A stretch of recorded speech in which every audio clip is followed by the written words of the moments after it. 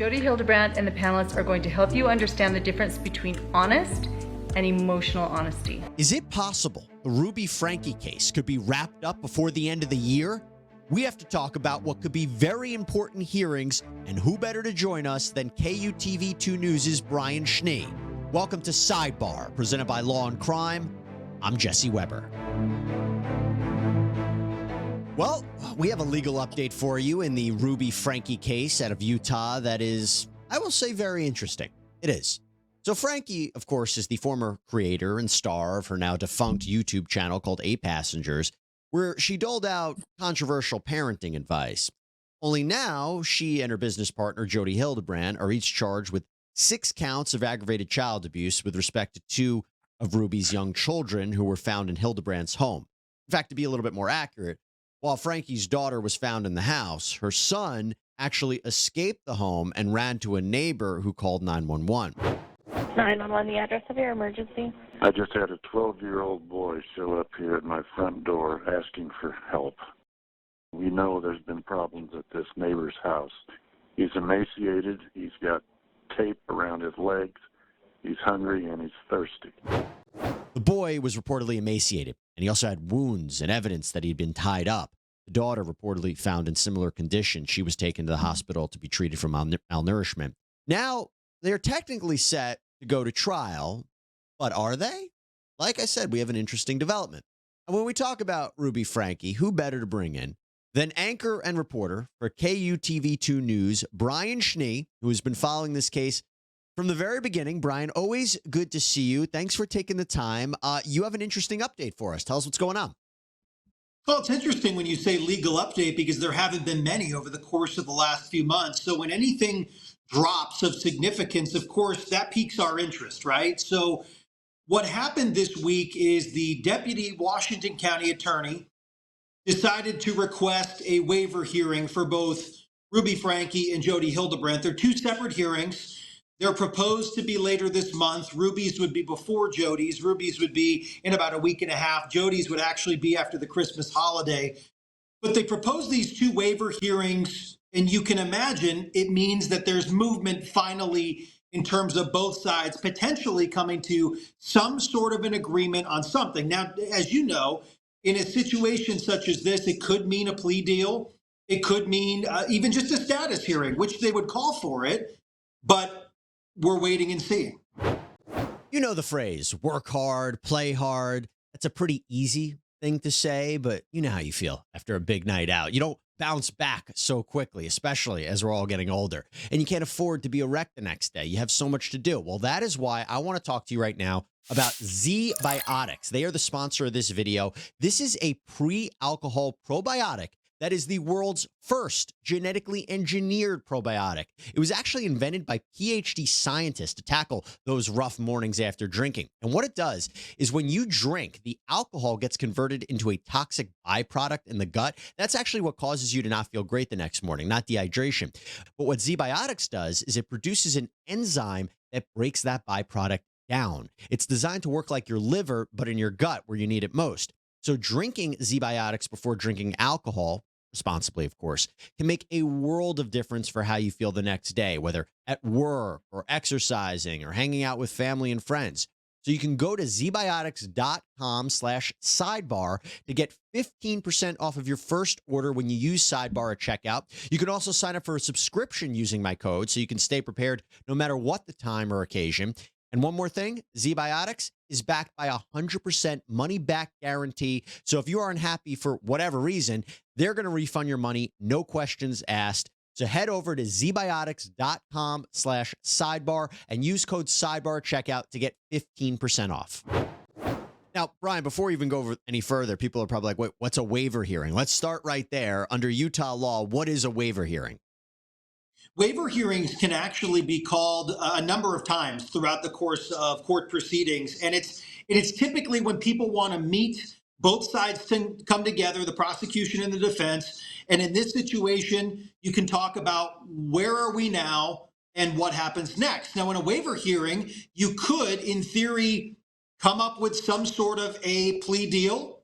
It could have been already discussed, and now this is a formality. Or it could be kind of more of a status conference and they move forward to a preliminary hearing or even a trial at this point. So it could be a number of things. Right. And let's take a step back, because basically what they would be saying is, do you want to waive the preliminary hearing, the hearing to determine if there's enough evidence to go forward with a trial? Now, I'm wondering about this. And before we even get into the idea of plea deals, and we could probably talk a whole show about that, the idea that either Ruby or Jodi would want to waive a preliminary hearing is fascinating to me, because from a legal point of view, that's the time you can hear the prosecution's evidence. That's the time, technically, you could get the case dismissed if the judge says, I don't see there's enough here. Kind of hold the prosecution their feet to their fire a little bit. And it's, the defense can even question some witnesses, usually, as we've seen in preliminary hearings. And I would be very surprised. You tell me, what would be any reason, other than plea, trying to work out a plea deal, any reason you could see why either Ruby or Jodi would not want to have a preliminary hearing? I can't see a reason to it, honestly. And it's one of those things that I spoke to briefly, the attorney for Ruby Franke, about a week ago. And I said, hey, anything coming down the pike you want to let us know about? Obviously, we've been following the case. And they said, we hope to have a statement in the next few weeks when we're able to basically reach some sort of agreement. And then when I got that email about a week later, this request for a waiver hearing comes out. So it makes me think there's been the dialogue, there's been something, right? And obviously the prosecution took forever to look over the, quote, copious amounts of discovery in this case. And a lot of people that comment, obviously, on your streams and all of our posts, they say, what is taking so long? Well, this to me seems like it's the discovery finally coming to an end. We've seen everything we've got. And now this could be an opportunity for people to kind of show their cards, so to speak. But you're right, though. It is interesting that a waiver hearing, in theory, means, hey, I'm going to waive the right to have my preliminary hearing and we move forward from there, which then, yes, you're right, could be talking about a plea.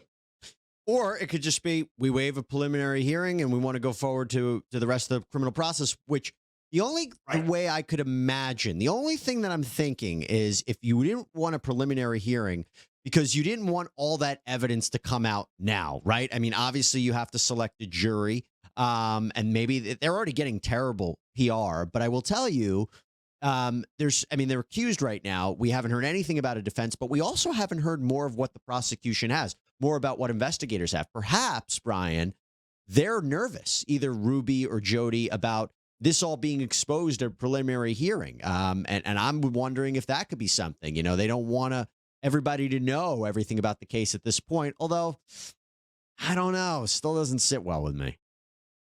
You're right, though. There's so much speculation about what this means for the future of this case. And it means if things are going to be cut short, right? Or if we do see more things pop into the court document situation here, which this case has been so thin when it comes to looking at updates and things be playing itself out through the process. Other high-profile cases, such as Corey Richins, for one, that you may be familiar with. Oh, yeah. There are things that seem to be popped in there almost every other day, some with significance, some with reporting significance, some not.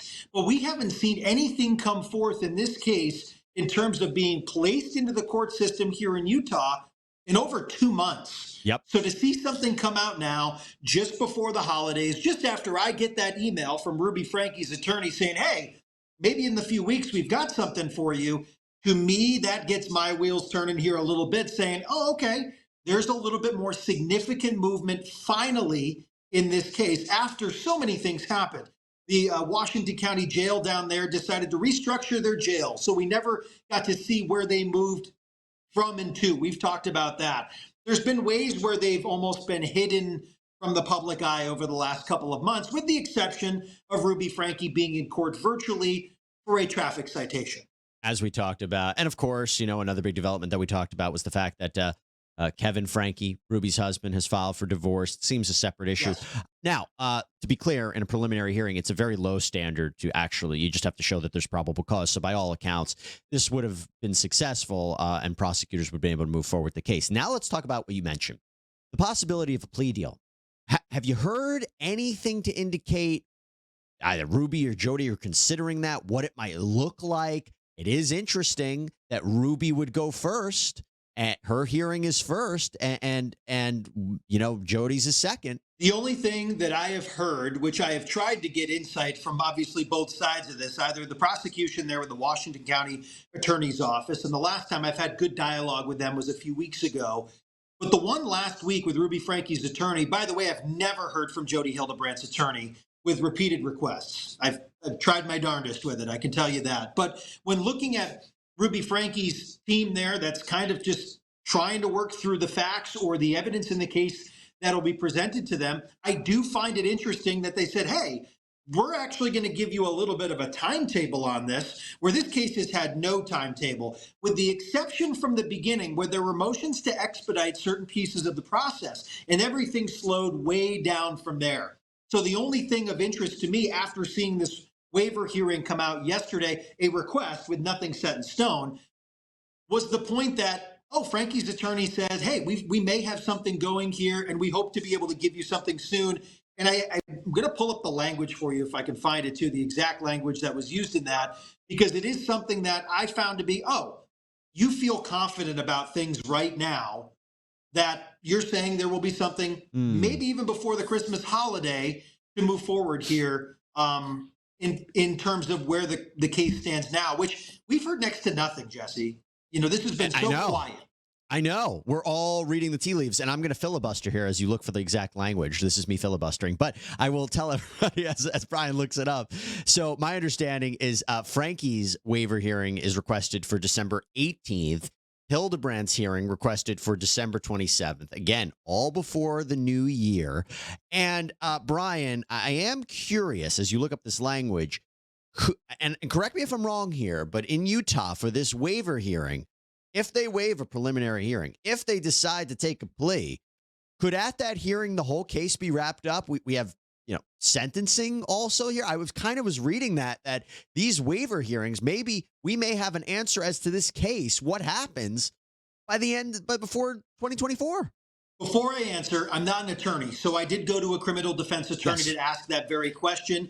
I was told yes. In theory, if everything falls in line in this waiver hearing where it comes down to, hey, we've decided, we've seen everything that you guys have, this is kind of where we want to go forward with, both sides have come to the agreement, you know how much happens outside of court.